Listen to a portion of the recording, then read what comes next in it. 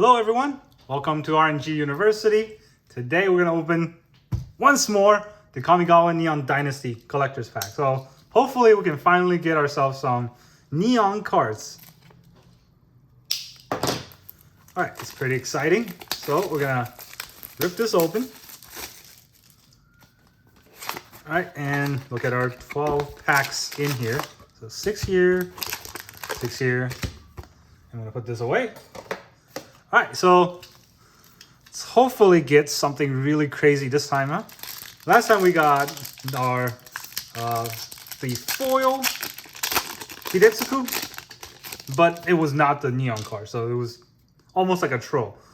Let's see what we get this time. All right, a bunch of commons and Forest. Definitely keep on to these. I'm gonna put them on a corner just because I like them so much. All right, and then here's the Ultra Art cards. Our rare is Goro. Pretty good attacker. You know, attacker, legendary, commander, whatever it is. We got a Myojin.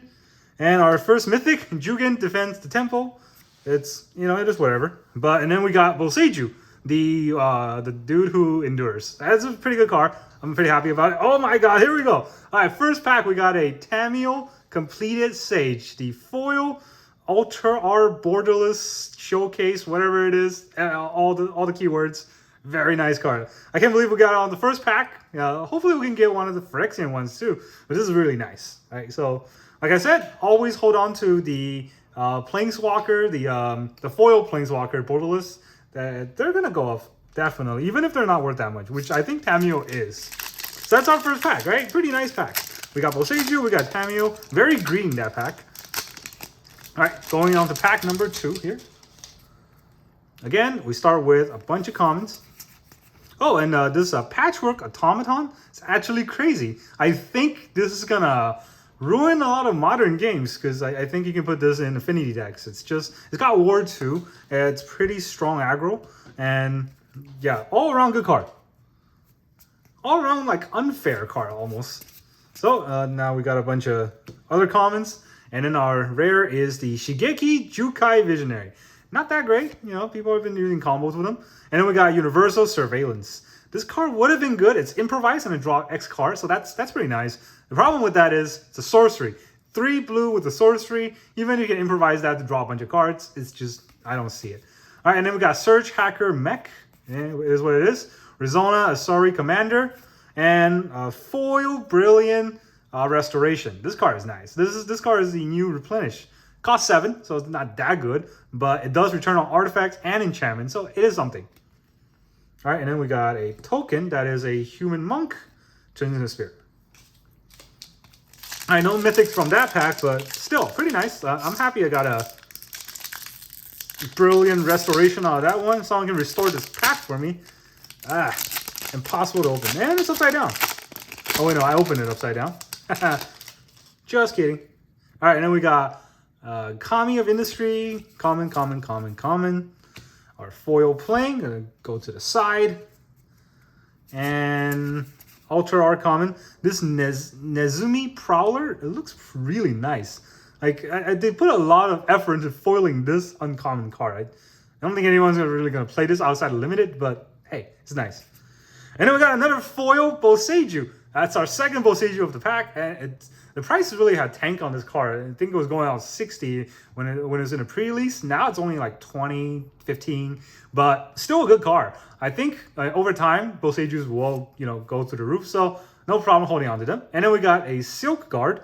It's just a commander card. It is what it is. And we got our Jin Cataxius Progress Tyrant. So I think that's the first time I pulled a Jin Cataxius. It's a very nice card. Unfortunately, it's not the Phyrexian one, but it's not the base model either. It's the borderless model. It's a good card. Right? Run it as a commander. Make your friend hate you, whatever it is. And then we got Inventive Iteration. So again, like I mentioned, this is one of my favorite cards in the set that people really have been sleeping on. I just think it's really annoying to play in EDH. So it's a good card all around. And then we got Kura, the Boundless Sky. That's our other mythic. It's really nice mythic. You look at the shininess of this card, almost like it pops out. Unfortunately, I don't think it's that good of a card. It just fetches for lands. But hey, if you have 3 best land in your deck, you can kind of fetch it out with this, right? So get your Gaia's Cradle, get your, I don't know, Sarah's Sanctum, whatever you can run in your deck. All right, and then we got a treasure token. Treasure token is always the best token in my opinion, just because, in games nowadays, you just have a bunch of treasure out. Spirits, not so much. No one cares about spirit tokens. Okay, move on to pack number 4.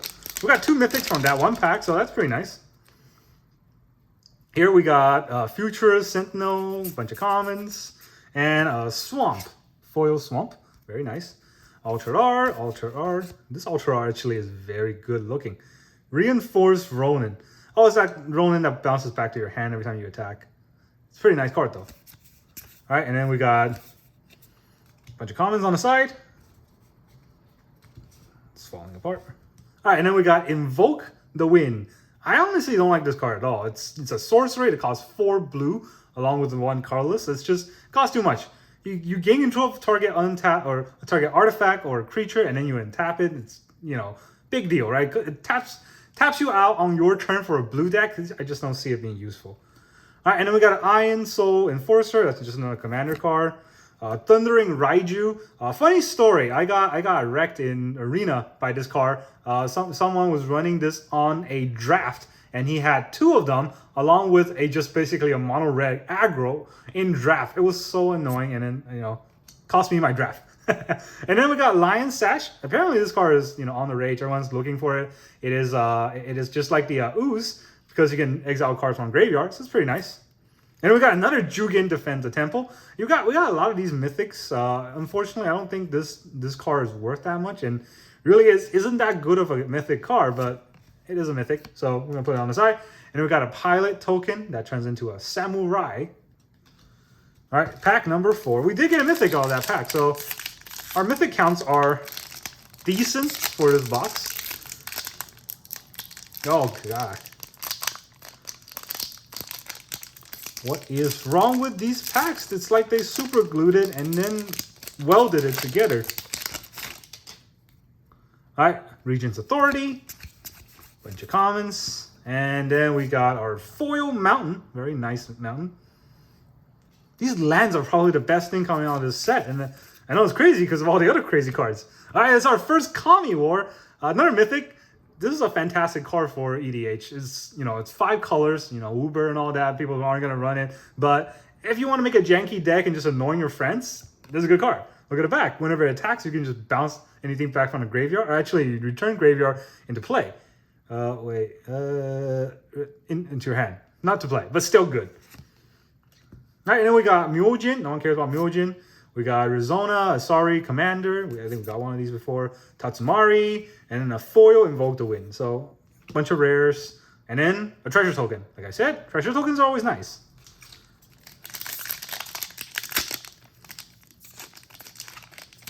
Yeah. Come on.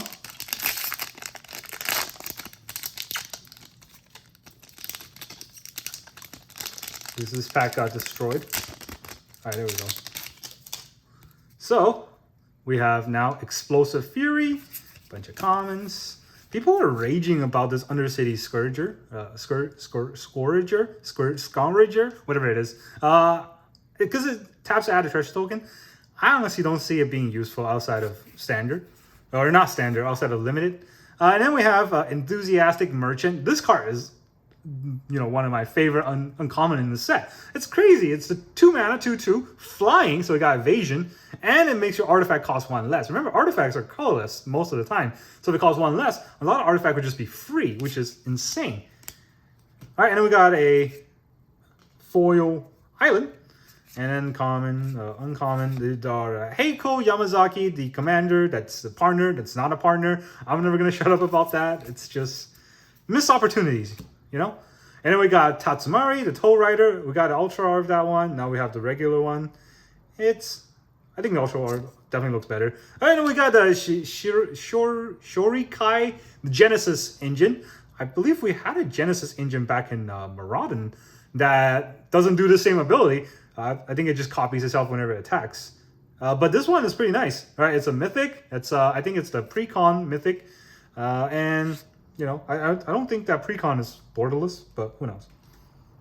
All right, Kyle Steel Kirin, Kami of Transient, Soul Transfer, and our Construct that turns into a Spirit. All right, so far, you know, we got half the box.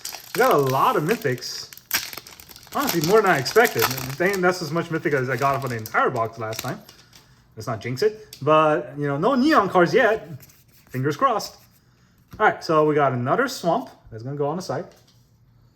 All right, another Heiko, not foil this time. And Fable of the not real Kiki-Jiki. They really ruined this card. Honestly, I mean, it's already, like, it takes forever for you to get Kiki-Jiki out, right? It's like, you got to play it, wait 3 turns, hope no one destroys your enchantment, which is very non-invasive. And then on the back, look at this Kiki-Jiki. It's a reflection, but it should say it's a worse version because it costs 1.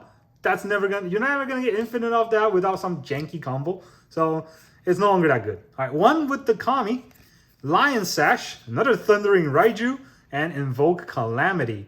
All right, so, you know, decent card, not great. This pack's not great, but can all be winners here. Next, let's see what else we got.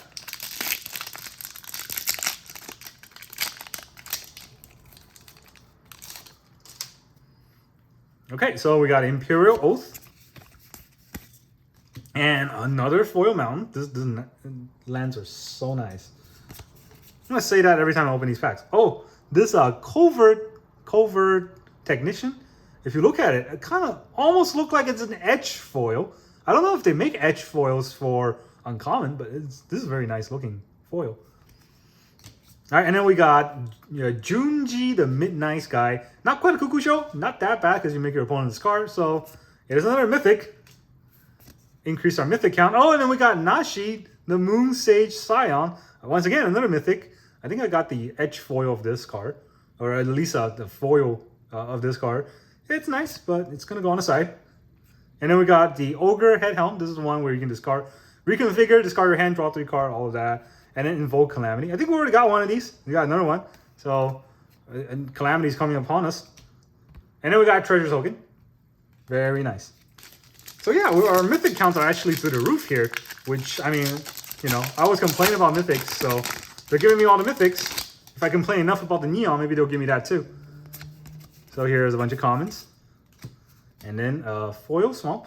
I think this swamp is probably the worst, or yeah, this land is probably the worst out of the entire set of the 10 foil lands. Just because it's so dark, you can barely see the foiling. Still not that bad. All right, we got a Takenuma, the Abandoned Mire. That's a good land. Research Thief. I'm not sure if that's a good card. Whenever an artifact creature you control deal combat damage to a player, draw a card. That's nice and all, but it costs 5. I know it's Flash, but costing 5, it's eh. And then we got Agonjo, Seed of the Empire. This card is pretty good in a mono white like aggro deck. Can stop your opponent from blocking you and all that. Atsushi, the Blazing Sky. Another mythic. This land, or not land, but this drawing is actually very nice. Look at his mouth open, gaping, is about to like chomp down on someone. That's a good drawing. If we can get it in foil, that'd be nice. But I'm not sure if those Ultra Art foils are that common. And then we get March of Swirling Mist. This card is so annoying with Hinata. It's just basically, you know, phase out any number of creature you want with 1 mana. All right, and we got a Construct. That's also a Spear. Construct, Spear. All right, 3 more packs.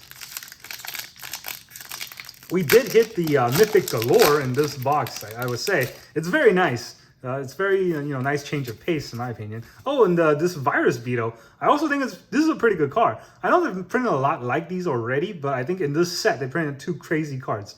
That is great combo limited that I've recently found out. With Virus Beetle, and then that, I don't think I had it, but that one ninjutsu guy that bounces a creature. So, and then you can automatically bring out any artifact that costs 2 or less, or equal to its power or less. So basically 2 or less. So you play Virus Beetle turn 2, turn 3 you attack with it. Most likely your opponent isn't gonna block in limited. So what happened is that then you can ninjutsu that guy in, bounce this back, and then use that guy's ability to play the Virus Beetle out again. Now you basically made your opponent discard 2 cards instead of 1, almost on the same turn. That's, or in 2 turns. That's really, really good combo.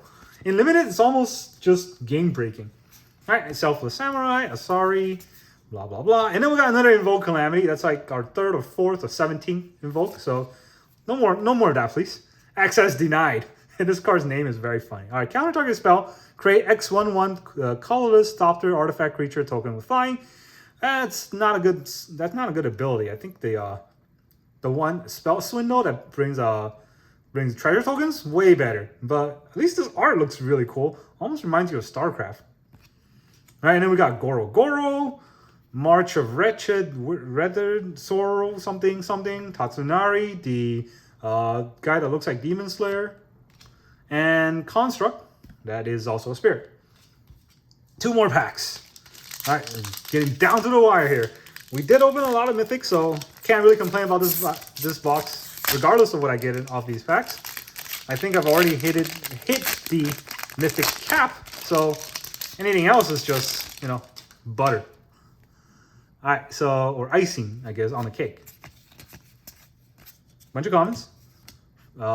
Snow mountain again. You can see the snow on this mountain, and yet it's not a snow mountain. That's just something's wrong with Blizzard's sort of quality control. All right, and then we have Reality Chip. This card is actually pretty good. Back in, I think, Onslaught, there was a card called Future Sight that basically is this mana and this reconfigure mana combined, and it's the ability where you can look at the top card of your library at any time and then play it at any time you want. This ability kind of slows it down, but it does bring it out earlier, and it's a creature, it's a 0/4 instead of actual Future Sight, which is an enchantment. I think it's a pretty good ability. All right, and then we got Tanuki Transplanter, Mind Link Mech, Spring Leaf Avenger. It's not. I hate this card. Every time I see it, it's like, why is this even a rare? And then we got Ryu Storm's Edge, which I actually like this card, but the Ultra art looks way better than this. All right, then we got a Spirit. That's a 4/5. That's fun to Invoke the Ancient. That turns into a Samurai. All right, last pack. What can we get off this last pack here? What are we expecting, huh? A Phyrexian land or a Phyrexian card? We'll find out. All right, we got an island. Go on the side here. We got Norika, the sister to, or the cousin, whatever it is, to Heiko. Again, partner. That's not a partner. Could have made it a partner. Would have been a lot nicer. Here's our buy a box promo that came in the box instead for some reason. Satoru Umezawa. Ruthless Technomancer. I don't actually know what this card does. When it enters the battlefield, you may sacrifice another creature you control. If you do, create a number of treasure token equal to that creature's power. That's crazy. It's really good. Combine this with like one of those steal your opponent's creature like spells in red, and then you can just sack your opponent's creature and get a bunch of mana. And then you can sack X artifact, return target creature with power X or less from your graveyard to the battle. That's also really good. So this card is actually not bad. I like it. It's not insane or anything, but it's a good card. And then we have Invoke Justice. Spirit Sister Call is another mythic. This card is really nice looking. Unfortunately, it's not foil, but it's one of those you can bring cards from your graveyard back to play kind of ability. It's always nice. And then we got another Thundering Raiju. This time it is a foil, Ultra Art one, so that's nice.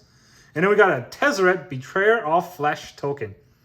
All right, so that's what we got. Let's do the usual and list the mythics that we actually opened. This time we actually got a lot of mythics. If I can get the rares kind of out of the way here.